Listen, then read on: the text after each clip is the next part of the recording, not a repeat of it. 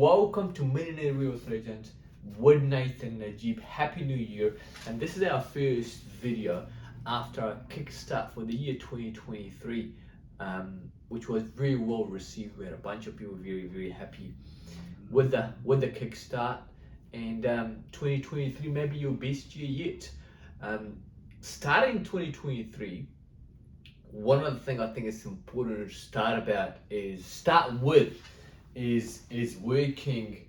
If there's one thing I've learned over the many years, as an agent, as a professional, as a businessman, as an individual, is if you want the world to get better, you get better. If you want to have a good life, you become a better person. If you want to have a better husband or better partner or better employees, you become a better leader, better husband, better wife, right? So with that said, one of the things that I do every year, I read one of my favorite books. I reread it and I reread it, and if you look at the pages, it's all ripped. I've read it that many times. Think and Grow Rich. One of the best books on the planet. And anybody I know who has succeeded, who's done well in life, I can guarantee has read this book here, Think and Grow Rich. And Napoleon Hill, the author, speaks about the 13 principles, which is absolutely amazing. He speaks about, we'll give you a snapshot of what the 13 principles are. In fact, we'll put a photo of this, my whiteboard up, so you know what those 13 principles are. If you haven't read this book, I highly recommend it. What we will also do, we'll put link below to the YouTube 13 principles. Janisha, if we can put that up as well, so you can read it. You can listen to it while you are sleeping. That's what I used to do all the time, like sort of listen to this so it goes straight to your subconscious mind. That's that time to recondition your brain. And before that, I'm suggesting one of the things that I've studied a lot, and I think every single person should do is reconditioning your brain. So by that, what I mean is unconsciously, 95% of things that we do as human beings is unconscious. These are the beliefs, the skills. I've got the identity iceberg there. The skills, the beliefs, the values, and the identity, the way we see ourselves, right? So you need to actually look at yourself and get rid of the things that was sold to you without you knowing.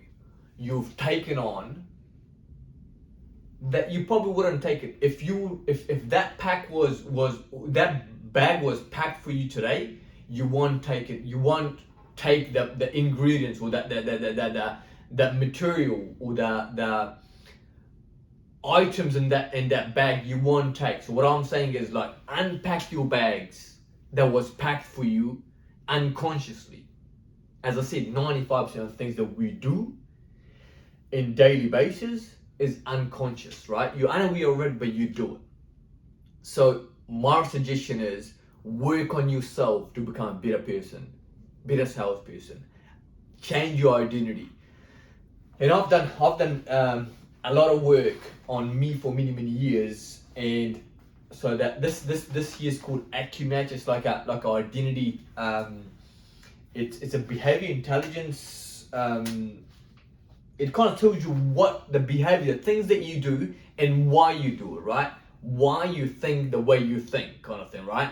So in order to change your behavior, you got to know what's the things that kind of triggers you to do things. Because, for example, you get all the time, you kind of like angry. Like, why do you get angry? Well, it was back in the days when you were little. When mum takes something away from you, the only way for you to get it back, you scream, right? So that behavior is ingrained in you, and when something doesn't go your way, you get upset. or you get angry, right? So to brainwash yourself from that behavior, right?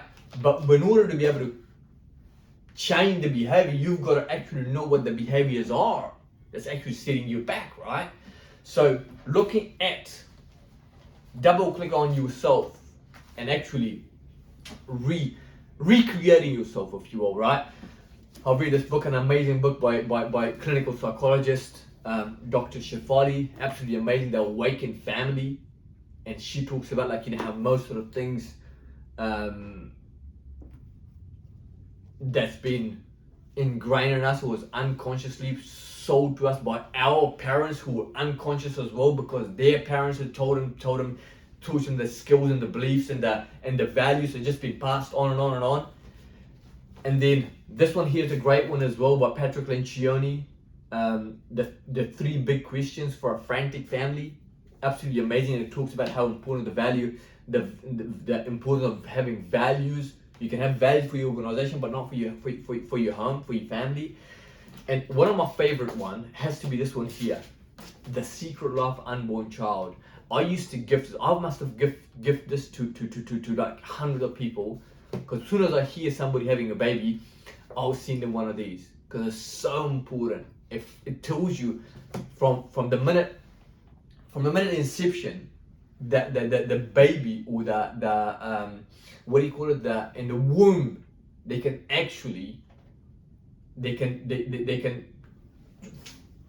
learn the behaviors, if you will, with like they like if for example mom is stressed, the kids become anxious.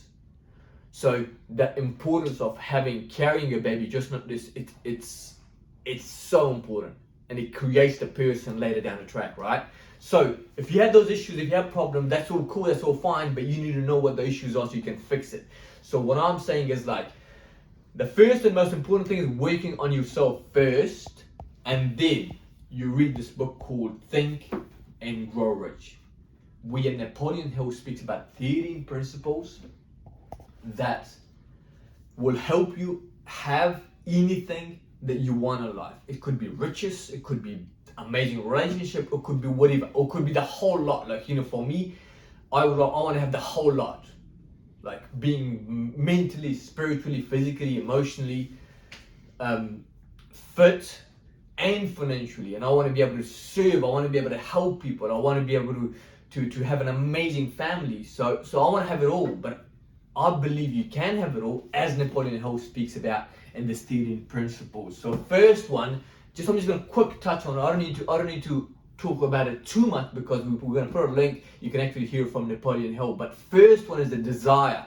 to be able to attract things. The desire to be able to go to a place, like desire to have whatever you want to have, whatever it may be, right? And the truth is, if you have the desire to be the most amazing agent, in this case, because we talk about our audience is probably mostly real estate agents, right?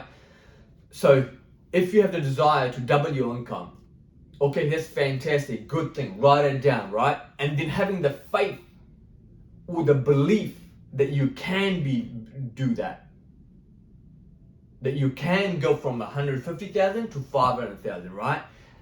In GCI, or to be able to have this, like having the desire, having most beautiful family, right?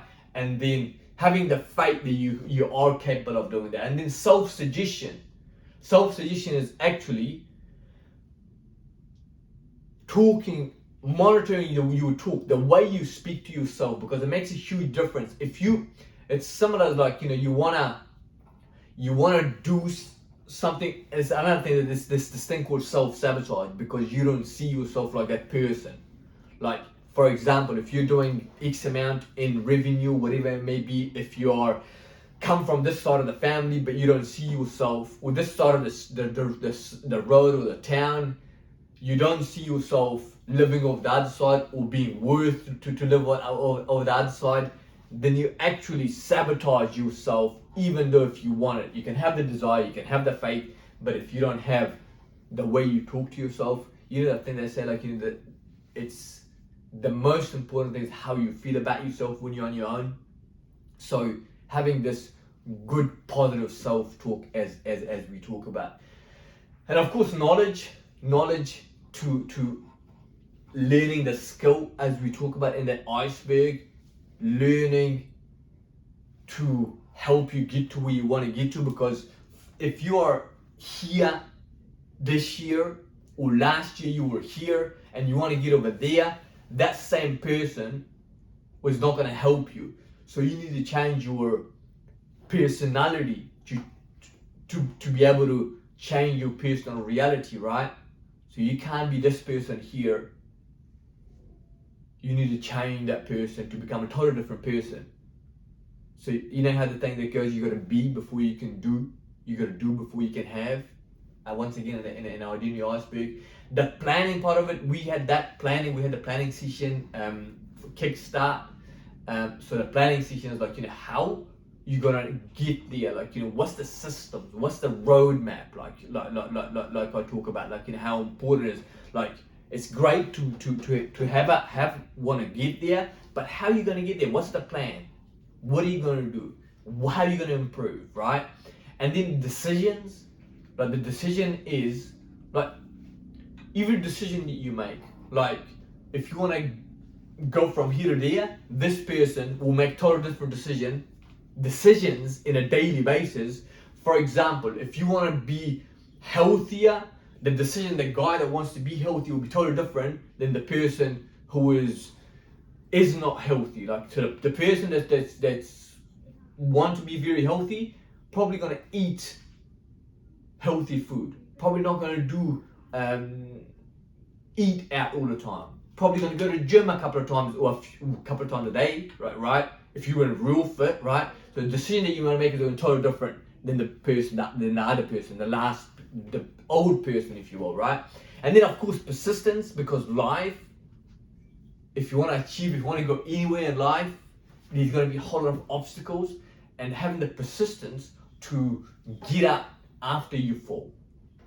If it's business, if it's life, if it's relationship, obviously there's always obstacles, right? And then mastermind group, he talks about having a mastermind group, a couple of people who think like you do, or perhaps who challenges your thinking, right? Like in my case, I've got coach, I've got business coach, I've got personal coach, I've got in my office, I've got a group of people that I talk to when I'm thinking about how we're going to go to the next level, right? I've got outside mentors. Mastermind is like a weekly catch up with somebody you're going to catch up with, some people you're going to go, ideally 2-3 people you catch up with that you can brainstorm with, right? And then transmutation is the feeling and the thoughts, right? How do you feel and how do you think?